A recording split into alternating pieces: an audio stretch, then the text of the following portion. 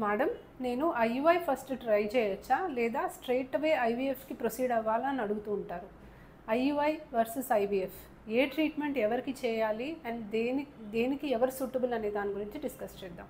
So IUI అనే పద్ధతిలో ఆడవాళ్ళకి అండం పెరిగి విడుదల అవడానికి మేము ట్రీట్మెంట్ ఇచ్చి, విడుదలయ్యే టైంలో హస్బెండ్ స్పర్మ్స్లో యాక్టివ్గా ఉన్న స్పర్మ్స్ వేగంగా కదిలేవి మనం సెపరేట్ చేసి గర్భసంచి లోపల దాకా పంపిస్తాం.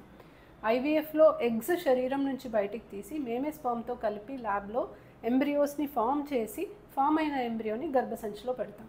డైరెక్ట్గా ఐవీఎఫ్ ఎవరికి సజెస్ట్ చేస్తామంటే 2 ట్యూబ్స్ బ్లాక్ ఉన్న వాళ్ళకి, స్పర్మ్ కౌంట్ బాగా తక్కువ ఉన్న వాళ్ళకి, ఎండోమెట్రియోసిస్ స్టేజ్ 3 స్టేజ్ 4 ఉన్న వాళ్ళకి, డోనర్ ఎగ్ యూస్ చేసినప్పుడు 0 స్పర్మ్ కౌంట్ ఉండి మనం బీజం నుంచి స్పర్మ్స్ తీసినప్పుడు వీళ్ళల్లో కంపల్సరీ ఐవీఎఫ్ఏ ఆప్షన్ ఉంటుంది.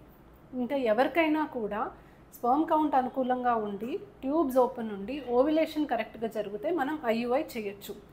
ఐయుఐ సక్సెస్ రేట్ 10 to 15% ఉంటుంది, ఐవీఎఫ్ సక్సెస్ రేట్ 60% ఉంటుంది. సో ఈ పారామీటర్స్ని బట్టి మీ డాక్టర్ మీతో 2 ఆప్షన్స్ ఉంటే డిస్కస్ చేస్తారు. కాస్ట్ని బట్టి, సక్సెస్ రేట్ని బట్టి మీరే డిసైడ్ చేసుకోవచ్చు. Thank you.